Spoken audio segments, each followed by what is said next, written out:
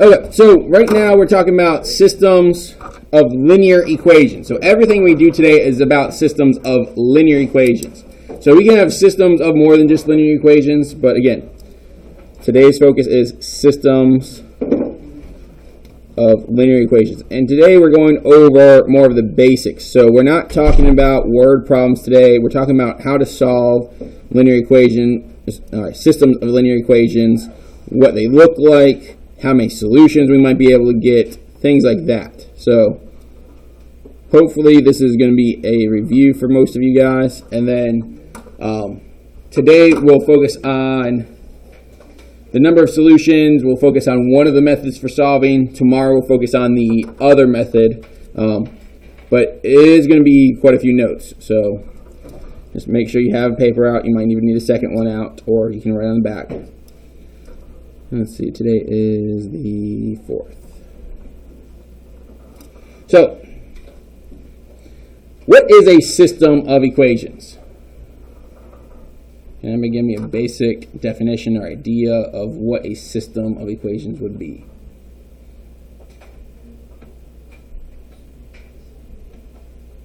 All right, well, a system of equations is essentially when you have two related equations for the same problem.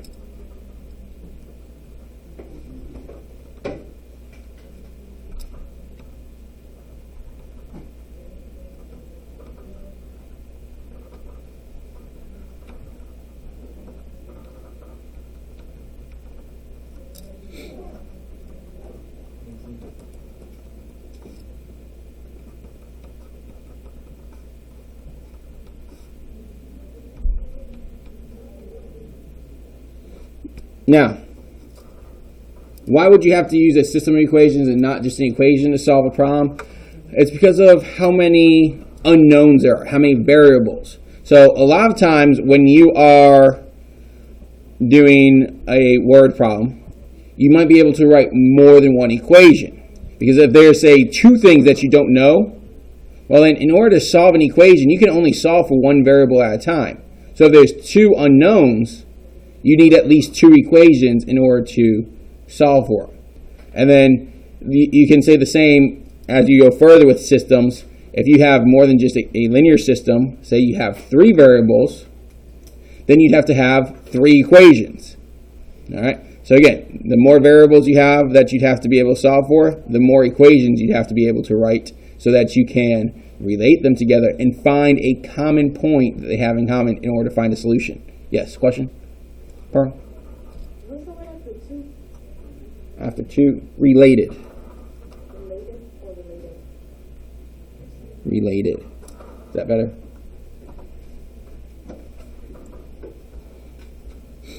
No.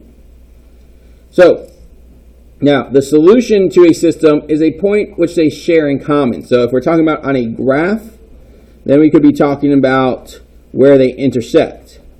So a solution to a system is a point they share in common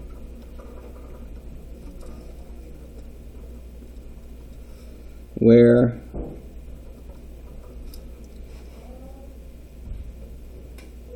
both equations, I can change that into equations, have the same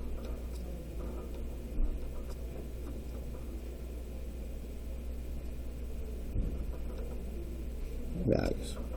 So like both your x and y value are the same at the same spot on a graph, or if you're using other variables, again, each one of the variables has the exact same value. So on a graph, it's going to be represented as a point where the two graphs are intersecting. So the next part of this, we're going to talk about, there are three possible outcomes to a linear system. Three outcomes to a linear system.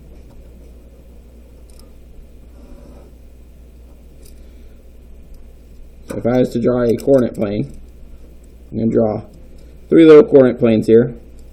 Nothing special.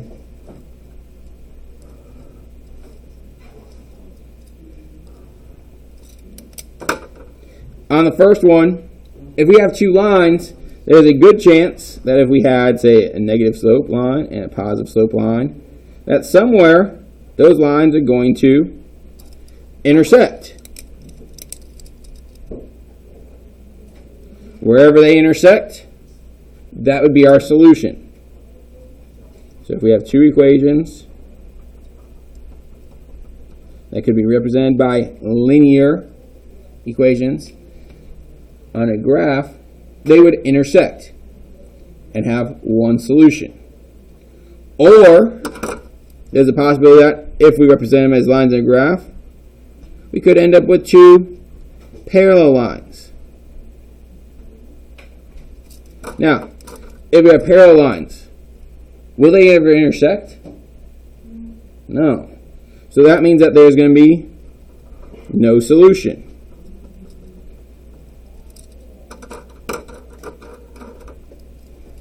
Now for this last one, I'm going to use 2 different color lines here.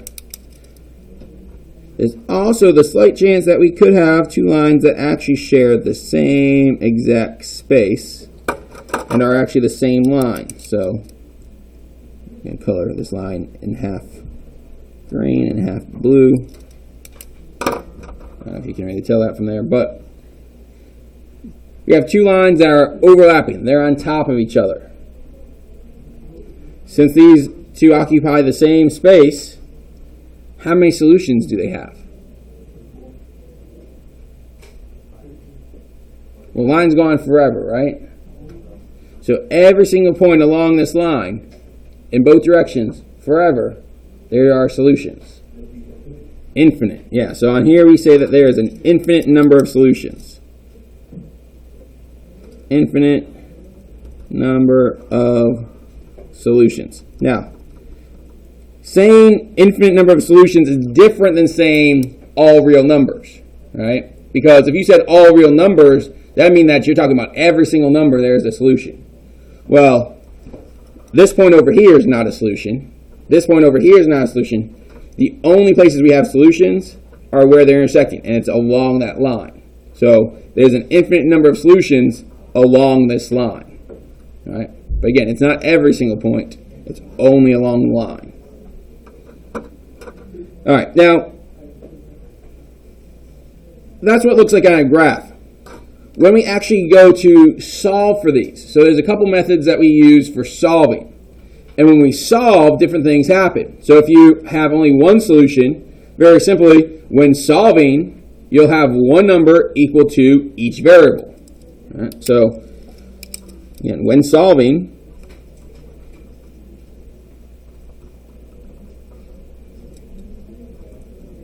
you will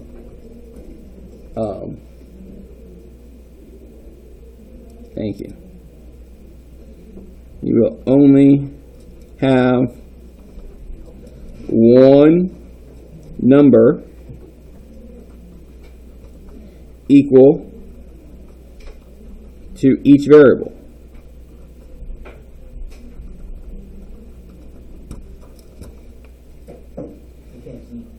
There you go. Sorry. Now, no solution and infinite solutions start off the same way. When solving,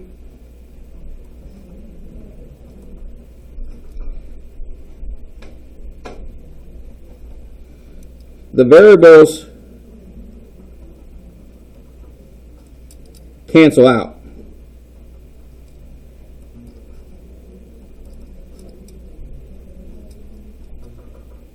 I'm putting a comma there because I'm going to finish that. But for both of these, they start off the same way. So when solving, the variables cancel out.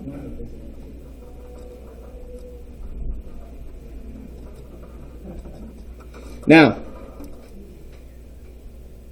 what makes them different is the type of statement that's left over. So if the variables all cancel out, what 2 things could happen with the remaining values? You could either get 2 values that are again, this is set up as an equation. So if you're solving and the variables all go away, the only thing that's left is numbers, right? So you could have two numbers that are either the same and equal or different and not equal. So if you come out with two solutions that are not the same and are not equal, but you have an equal sign between them, that means you have a false statement, right? So when you're solving and variables cancel out and you have a false statement,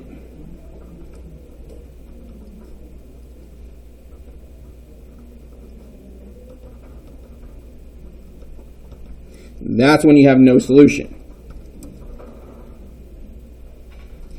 So an example of this, if the leftover numbers were something like positive 5 equals negative 2. Well, that's not right.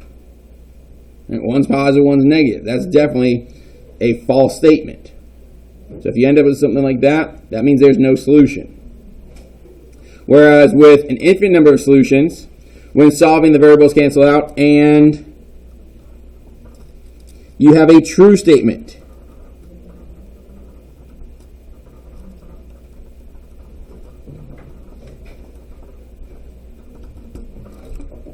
So an example of that is you'd end up with two of the same numbers being set equal. So if everything else cancels out and I had 3 is equal to 3, then we're good. It works. That's a true statement. Now, I'm going to put a second example here because this is one that throws people off all the time. 0 equal to 0. That's still a true statement, right? So if everything cancels off from both sides, we have no numbers, no variables left, but it's just 0 is equal to 0, that's still a true statement. So that would still mean that there's an infinite number of solutions.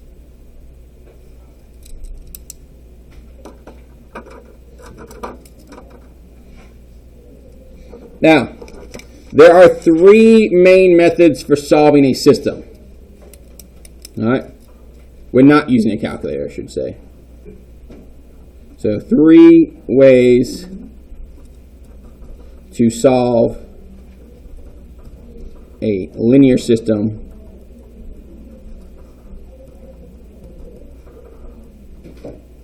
of equations.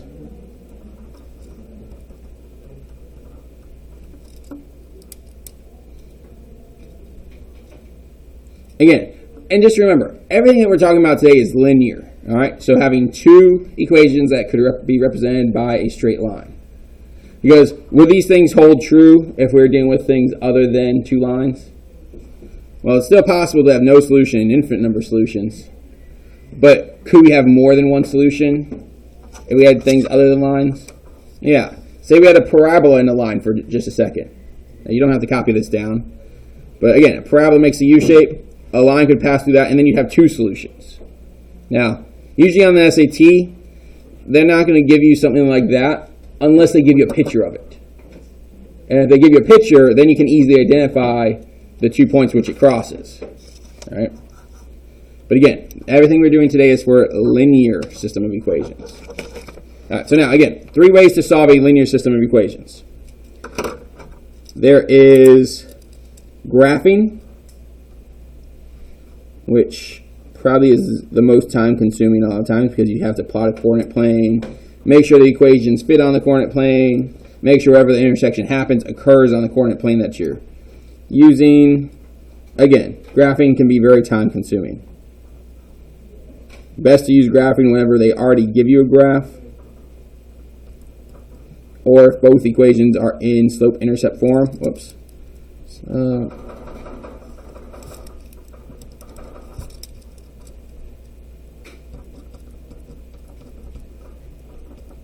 Substitution, and then elimination, or elimination can also be called combination. So those are the 3 main methods for solving a linear system of equations. The 2 that we're going to focus on for this class, substitution and elimination or combination. Again, that one you can call either way, and I'll explain that more tomorrow, because today, the rest of this lesson, we're going to focus on substitution for right now. Tomorrow we'll focus on the other method of elimination and combination. But substitution. So you guys have used the word substitution before. We have mathematical properties using substitution. What does it mean to use substitution?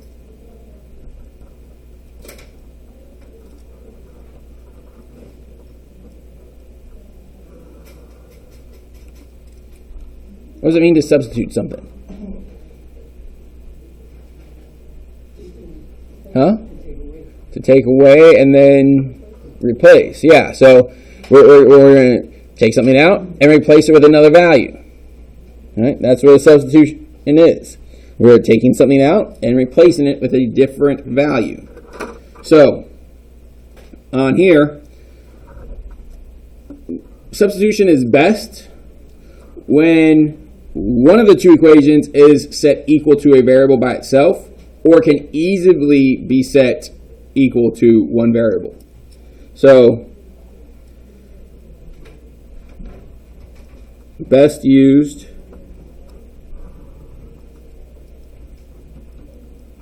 when one of the two equations is set equal to a variable by itself, or can easily be solved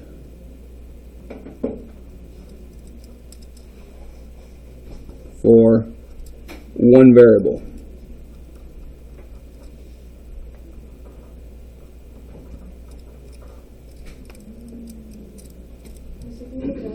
Yep.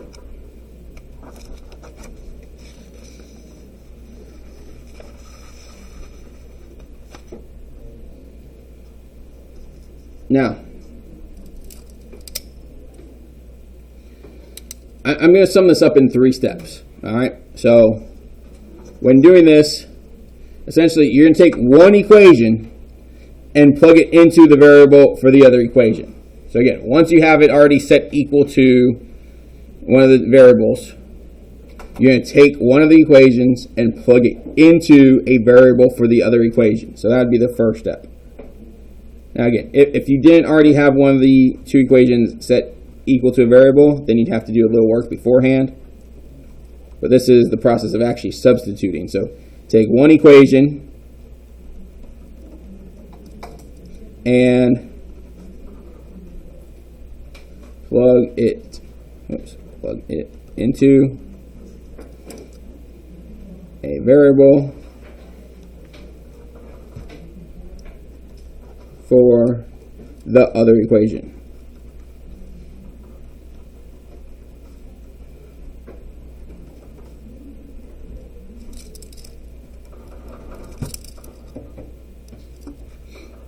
Now, once you do that, then you're going to have to solve for the remaining variable.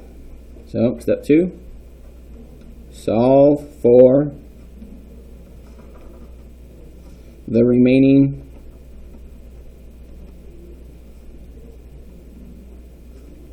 variable.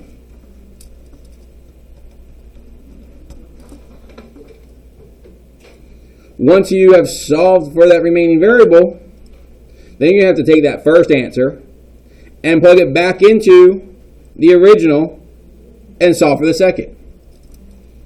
So it's like doing substitution all over. Take first answer,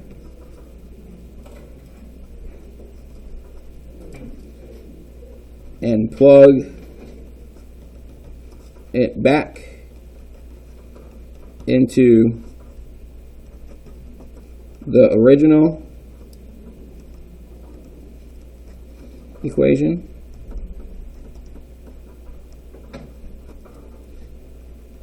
and solve for the second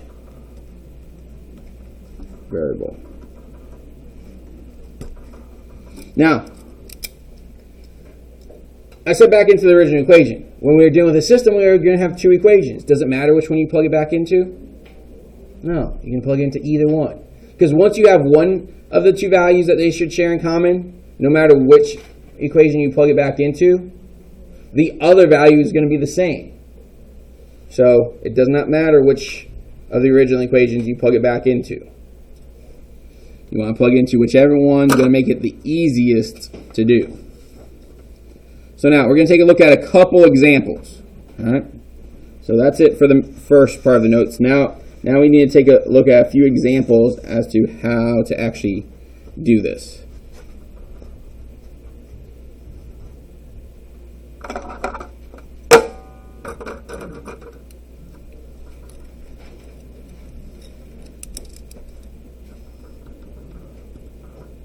Oops, example 1. What's that?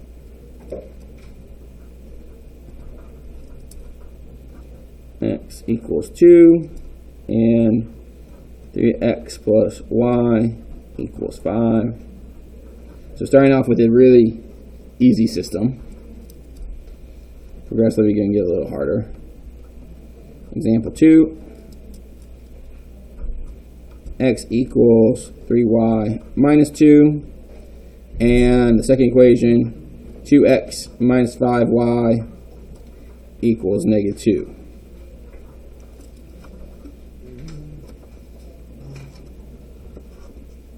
So,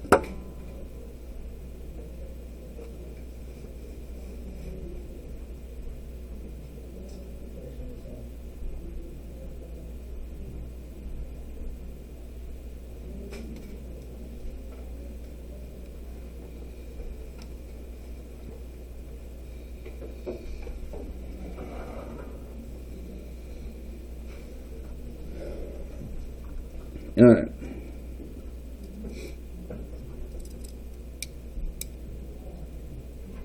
Before I move on, everybody at least got those copied down. Still see a few people writing.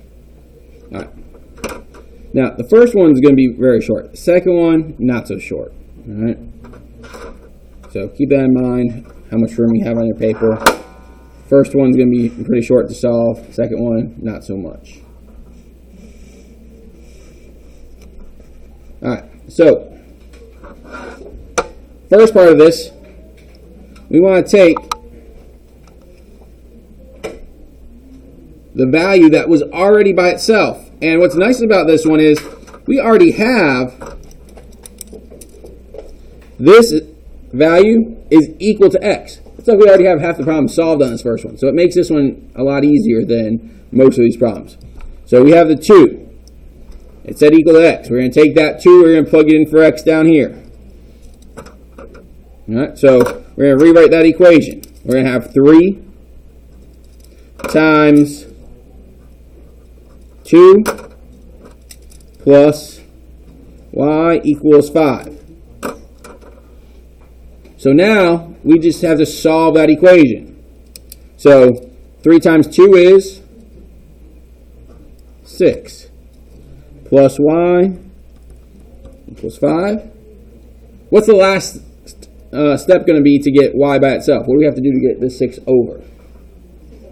Subtract it. Yeah, so we're going to subtract that 6. So minus 6. So we have y equals negative 1. Now, that's half of our answer. The other half of our answer is actually already given to us up at the top. Those two things together are going to make up our full answer. So our solution is where x is equal to 2 and y is equal to negative 1. If our two variables are x and y, then you can also write this as a coordinate point. So we could write this as the point 2, negative 1. Again, you can only write it as a coordinate point if they're in as x and y values. If they use any other letters, then you don't want to write it as a coordinate point. You'll write them out separately. So like if they gave us a and b instead of x and y, you'll put a equals this and b equals this. All right. But again, they're both parts of one solution. Now, so that one was easier. The second one, not as easy, because on this one, x isn't just equal to one number. X is equal to this entire expression over here. So now, we're going to use substitution method. We have to plug in this entire expression that's sitting here in for this x value. So we're going to rewrite that second equation and plug this in for x. So we have 2 times 3y minus 2 minus 5y equals negative 2. So we took that entire first expression that was equal to x, plugged it into that second equation for x, and now we have to solve, because now there's only one variable. So now we can solve it.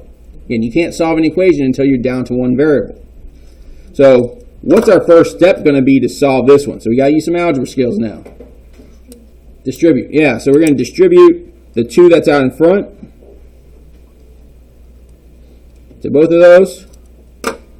And when we do that, we have 2 times 3y gives us 6y. And 2 times negative 2 gives us negative 4. Yeah.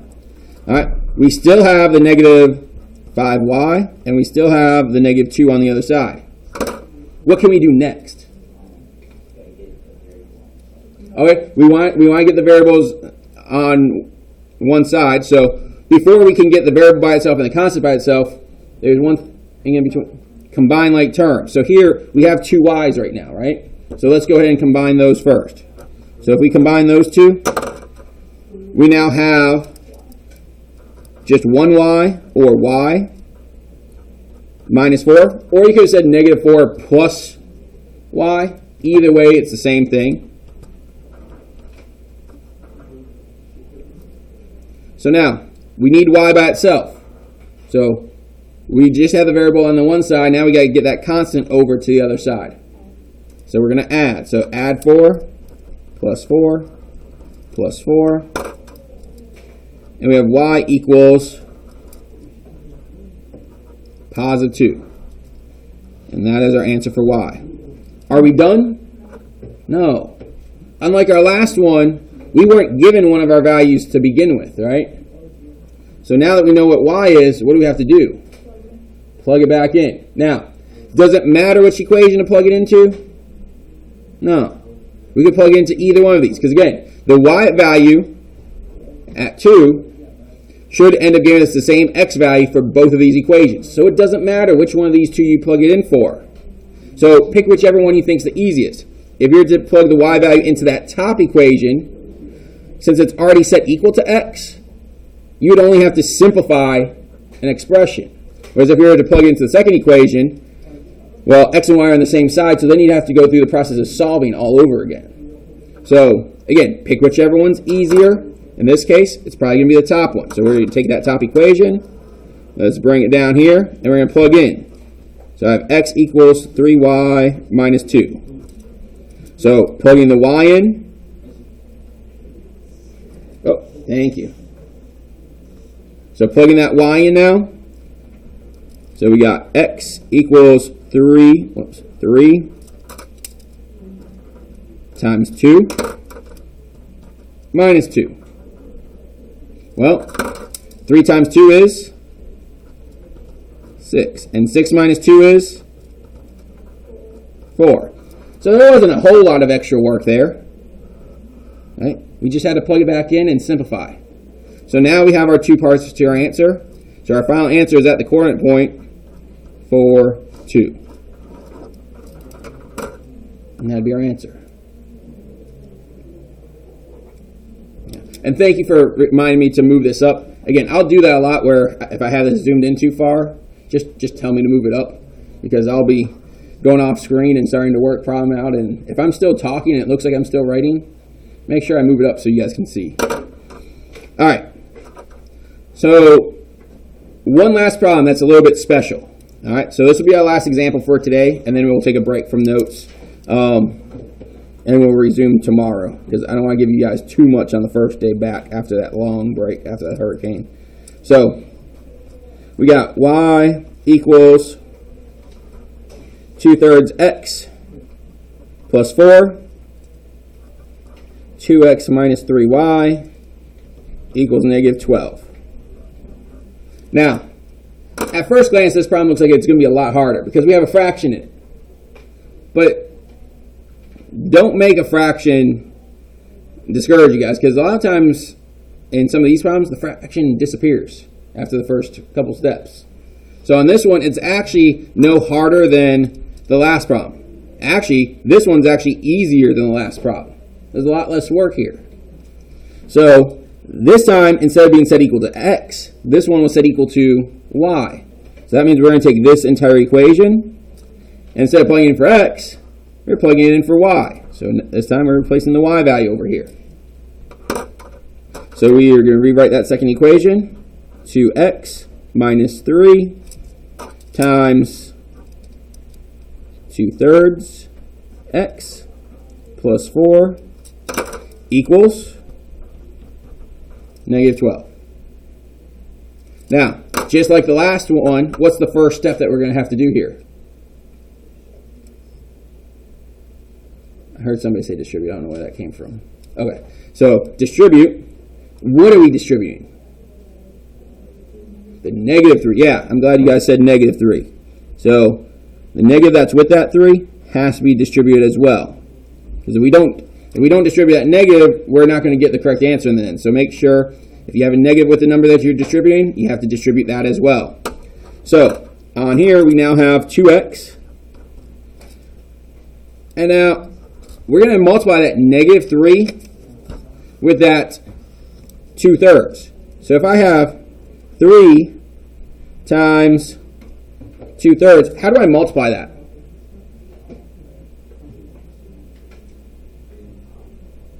So if you're multiplying a whole number with a fraction, you essentially multiply that whole number by the top value and divide it by the bottom.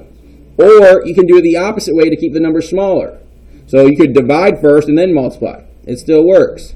So 3 divided by 3 is 1. 1 times 2 is 2. The other way you could look at this is if you wanted to, you could also rewrite this.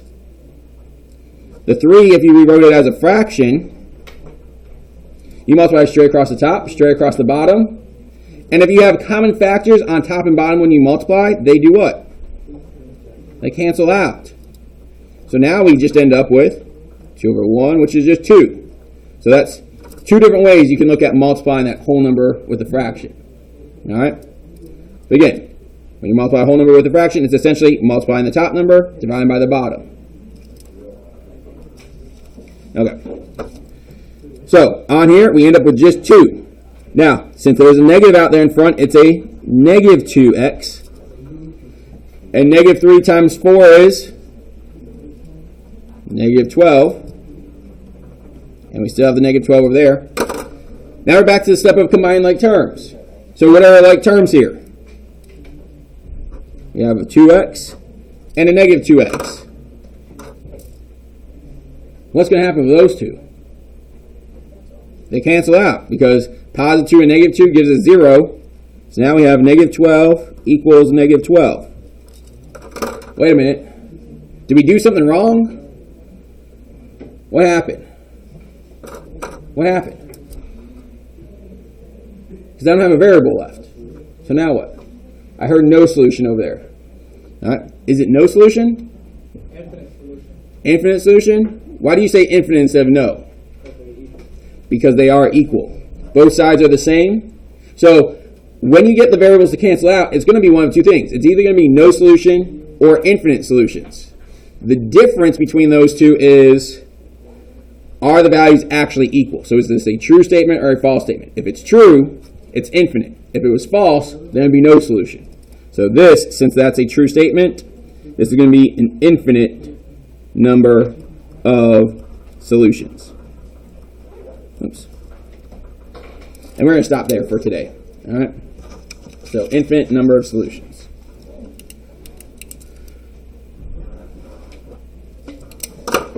Any questions? All right. So tomorrow, I'll give you guys a couple practice problems when we first come in with this. And then we're going to talk about the other type of solving method, the combination and elimination method.